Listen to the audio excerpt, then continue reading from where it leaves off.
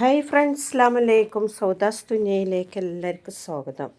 അപ്പോൾ നമ്മൾ ദുബായിൽ പോയപ്പോൾ മിറാക്കൽ ഗാർഡനിൽ പോയിന്ന് കേട്ടോ. അവിടുന്ന് എടുത്തൊരു വീഡിയോ ആണ്. അപ്പോൾ അവിടുന്ന് അതൊക്കെ കാണുന്നതൊക്കെ പെറ്റോണി കേട്ടോ.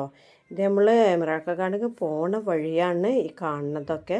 അതേപോലെ ഇത് ഹാങ് ചെയ്തിട്ടിരിക്കണതൊക്കെ എന്ത് ഭംഗിയാണ് കാണാമെന്നറിയോ.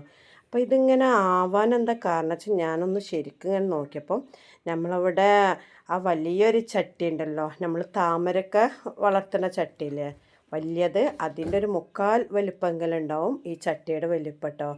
അപ്പോൾ അത് ഹാങ് ചെയ്തിട്ടിരിക്കണതൊക്കെ ഏകദേശം അതേപോലത്തെ ഒരു ചട്ടിയിൽ തന്നെയാണ് തറയിൽ വെച്ച് കൊടുത്തിരിക്കുന്നതും. അപ്പം ഇതൊക്കെ ഒന്ന് കണ്ടപ്പോൾ ഞാനൊന്ന് വീഡിയോ എടുത്തതാണ്. എന്തൊരു ഭംഗിയാണ് കാണാനെന്നറിയോ. അതേപോലെ ഒരു തറയിൽ താഴത്തും കുറേ നട്ടിട്ടുണ്ട്. അത് നമ്മളിവിടുത്തെ സീനിയ, അതേപോലെ ജമന്തി, അങ്ങനത്തെ ഒക്കെ ചെടികളാട്ടോ. അതൊക്കെ വീഡിയോ എടുത്തിട്ടുണ്ട്. അപ്പോൾ ഫുള്ളായിട്ട് നമുക്കൊരു വീഡിയോ ഇടാൻ പറ്റൂലല്ലോ.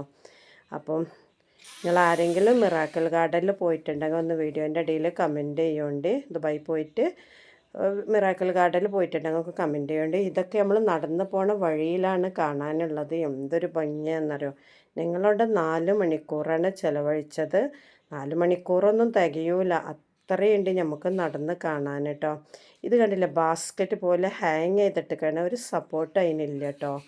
കാരണം എങ്ങനെ നിൽക്കണം ഞങ്ങൾ കുറേ നേരം നോക്കി, അതിലിങ്ങനെ തൂങ്ങിങ്ങാണ്ട് ഇങ്ങനെ നിൽക്കുകയാണ്. പക്ഷെ അത് ഹാങ് ചെയ്തിക്കണ ആ ബാസ്ക്കറ്റിന് ഒരു കമ്പി അങ്ങനത്തെ ഒന്നും കാണാനില്ല. അത്രയും ഭംഗിയിലാണ് അതവർ ചെയ്തിക്കണത്. ഇതൊക്കെ തറയിലിങ്ങനെ വെച്ച് കൊടുത്ത ചെടികളാണ് കേട്ടോ. നമ്മൾ നിലത്ത് കുഴിച്ചിടൂല മണ്ണിൽ, അതേപോലെയാണ് ഇതൊക്കെ വെച്ച് കൊടുത്തിക്കണത്.